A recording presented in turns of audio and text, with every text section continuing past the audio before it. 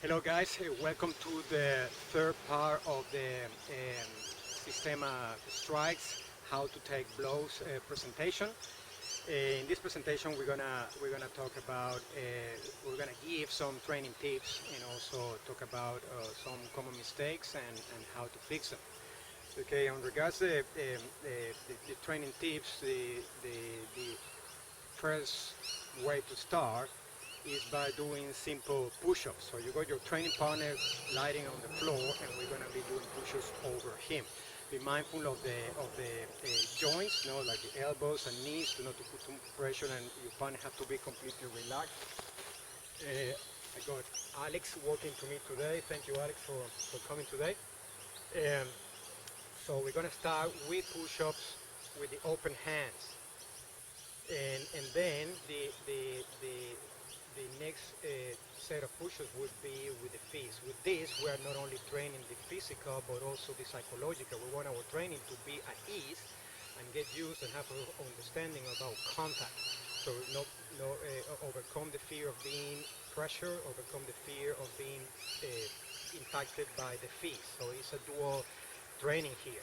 And after this end, then you should switch with your partner. So then your partner is going to be doing push-ups over you. So then we do some push-ups. Okay? Gently, he have to breathe through the push-ups. So we do push-ups in all part of the breathing cycle. Okay?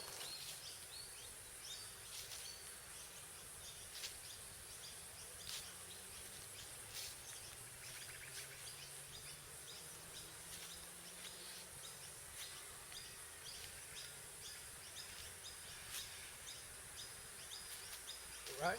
Then the progression with this one then will be with the feet. So you place your feet and you do the pushes with your feet.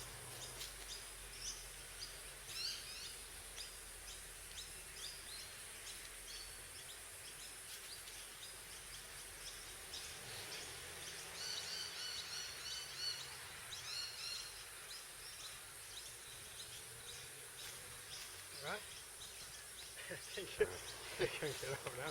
So, what's the progression then after you do this series of exercises with your training? Obviously, you switch, then you will be lying on the floor, and then your training partner will be doing the pushes with the.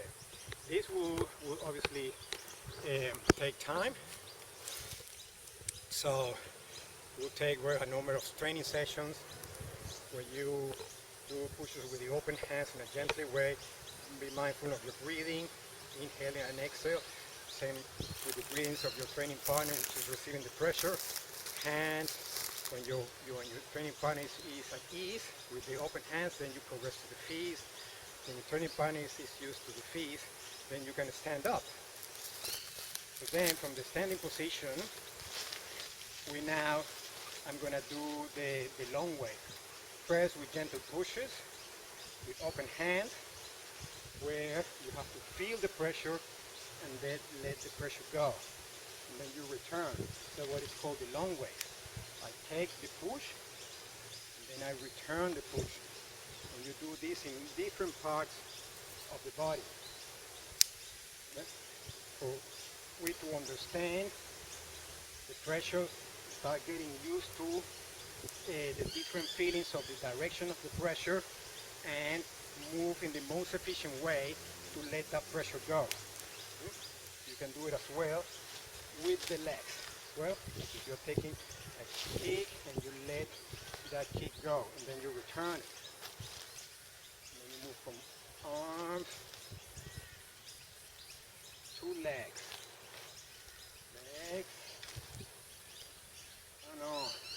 Then the progression for this, we're going to do now the pushes, and then we're going to be a little more aggressive. We're going to start delivering, what it feels more like a punch. But again, training the psyche, so we get used and we understand and we overcome fear by knowledge. You know that, not fear in the feet, but respecting the fear, the feet.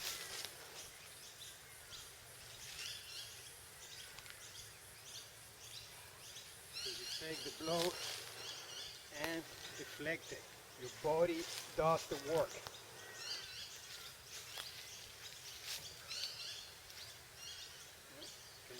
Go a little bit heavier now.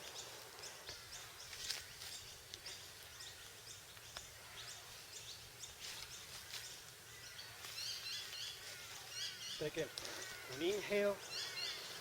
Second on exhale.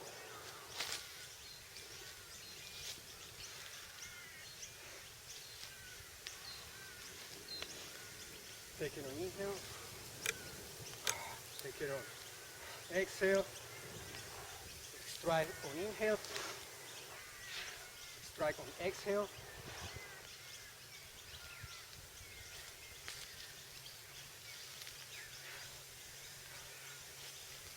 Right?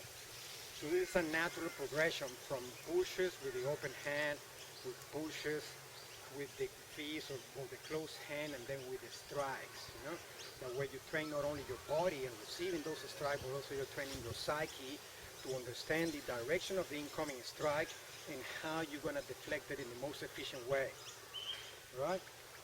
So once you have done this progression with the strikes, then there's only one thing left. What do we do with our limbs?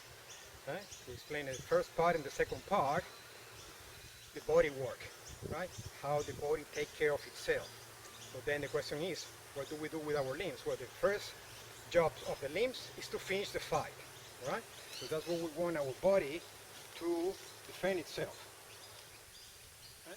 Because when the body is taking care of itself, my hands are free to finish the fight. That's the job of the limbs. We explained this in another tutorial, the video about why Systema Strikes are still. And this is because the offensive is the best defense. So if he's striking at me, I'm deflecting that incoming strike with my strike and hitting the target. Right? But we already have a tutorial on that. So what do we do with the limbs if we choose to not to strike?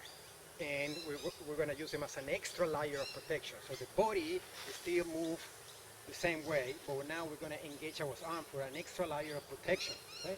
So the incoming strike comes, the body intended target area initiate the movement, and I reach out to deflect that incoming strike, like the long wave. And with that, then we come back with our counter strike or our counter attack. So strikes are coming, the intended target initiate the movement, I reach out to meet his arm and add an extra level of protection by deflecting the incoming strike. Then I can come with my counter strike that could be either with the same limb that I use or with the other one. Alright? What about the kicks? Kicks are limbs as well. The arms are meant to protect the upper body. The legs are meant to protect the lower body and protect themselves. So in this case, you see it's a kick, an incoming kick. I'm going to reach out the kick and deflect it. The same way that I reach out with my arm and deflect, I'm going to reach out with my leg and deflect the kick. Right? This deflection can be that way, or it can be the other way. Okay. The tip here, the trick, is that if you're standing a strike, you shouldn't, you leave your knee in the center and you're protecting your groin straight away. Just by lifting your knee in. The higher that you can lift your knee, the better. But if you are not flexible enough, as long as you can lift it to your groin level, is good enough. And then you're reaching out the other person's leg to meet the other person's leg, your opponent's leg. And then you are pushing that leg away, like if you're making a step, and it could be a step that way or that way. Right? That means that I'm going on his right side or on his left side, because I want to be also on the move. If you're on the move, you will become a hard target to hit. If I stay still, I become an easy target to hit. So always on the move. Right? And your arms, the upper body. Right?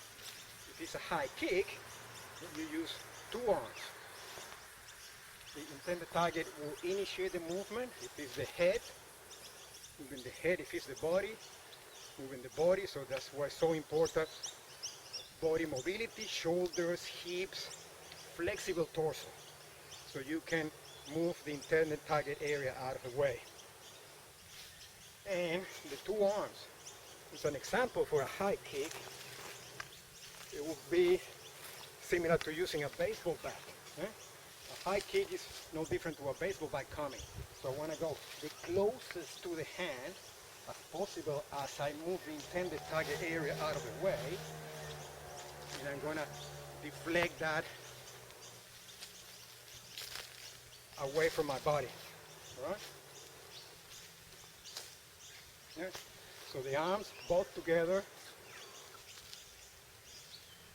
deflecting out of the way, the intended target area, initial the movement, displacement. If the swing is coming from that way, I'll be coming the opposite way. Coming from that side, then I'll be going that way. Right? So this is a kick. If it's a low kick with the low swing, pushing out of the way. You want to use the beefy part of your leg, which is the side of the calf, not the tibia or the shin bone. That would hurt, but there's no answer for everything. They always, if the kick's coming from there, it happens to catch you there, well, you will take it on the chin. But ideally, you want to take it on the beefy part of your leg. Okay, so those are the training tips for you when to use the limbs, right? So in the case of the arms, you're reaching out. You could be using the internal side of your arm or the external side of your arm. Where are the exceptions? Because there are exceptions of every rule. If an H weapon comes into place.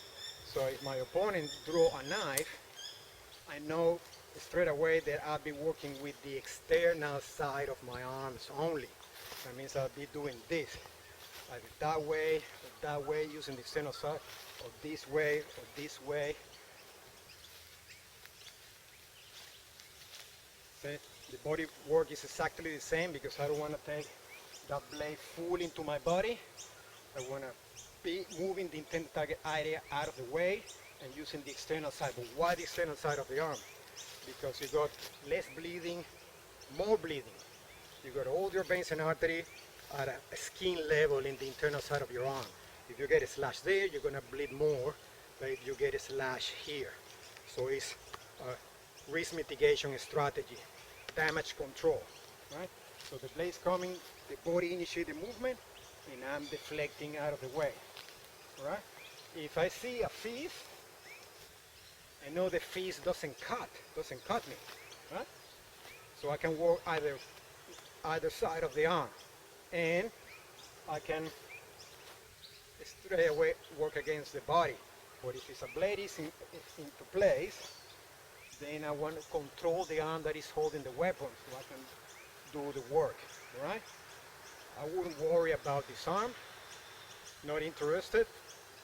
Your priority is to survive the attack and escape. So the blades come, I'm using internal side of the body, the arm, the intended target area, initiate the movement, I deflect, control the arm that is holding the weapon, counter strike.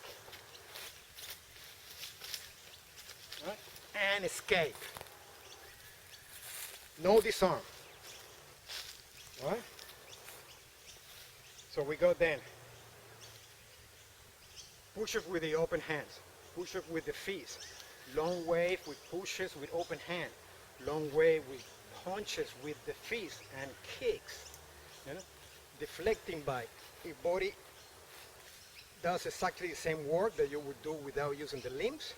You know, intended target area, initiate the movement. The limbs, in this case the arms, shoot out to meet your opponent's attacking arm, to deflect those strikes. The legs also reach out to meet your opponent's kicking leg and deflect them out of the way. Always on the move, using the internal and external side of the arm. A blade comes into place. You see that the opponent is reaching out to draw something, and you know straight away that you need to do something about it. And you need to know that if it's a knife, that you're going to be working with the external side of your arm. Right? So those are your training tips for today. Now what are the common mistakes and how we're going to fix them? Okay. The common mistakes, the number one top in the list is blocking. As we explained on the on the first two parts, blocking is at the bottom of our options to do. All right. So using type of blocks like this, like so, like so, like so, like so, like so. All right. They are not good for you. All right. First, you're just fencing. You're not addressing the problem, which is to stop and finish and deter the attack. All right. So you're just fencing. You're the person attack you and you block. You attack you and you block. Attack you and you're going to stay there forever. All right. And you're putting your arms at risk of being injured. So you have one less tool to work with. All right. So reaching out, deflecting. So number one, evasion. Number two, deflection. You know, and those are our option, our priorities. And then the second common mistake is obviously taking the full blow. All right. So we have powerful abdominal muscles, and we want to show our opponent our might. So yeah, punch me. I'm gonna tense all my abdominal muscles. I'm gonna tight up my floating ribs and all my internal organs, and I'm gonna exhale every time that I take the strike. So he punched me. Harder, harder. Okay. So yeah, that works well when your opponent is weaker than you, but that part from the premise that you believe that your abdominal muscles and your pectoral muscles are stronger than your opponent, but if you are mistaken, you're doomed. Right? So that is the a stupid way to take blows. That is called in different arts now, like the iron shirts, and as well you're not doing anything. You're just standing still, becoming an easy target and taking whatever your opponent is throwing at you. That's not going to finish the fight, right? And that can potentially seriously harm you, because a lot of that kinetic energy, yeah, most of it is going to stay on your muscles, but some of it is going to penetrate and can potentially damage. In this case, will be my liver, and I don't want that. So that is very common, and sad to see it also. And I have seen that right here in Queensland. You got self-proclaimed system instructor or some sort of Russian made-up name instructor, and they are teaching made-up stuff. And one of the things that they demonstrate is that Jean-Claude Van Damme style. So that is not the Systema way. That is not the Russian way. Zero. Right? So it's all made up stuff by made up people. Right? There's nothing Systema there. There's nothing Russian there. That's not the way that you take blows in the Systema combat system. So I hope this will have clarified some of the myth of how to take blows. And if you have any questions, so please just write them in the comment below, and we'll try to explain, answer those questions. And I hope that you enjoy this presentation as well. Okay, thank you, and I will see you next time. Alex, thank you for helping me today. All right. Bye bye.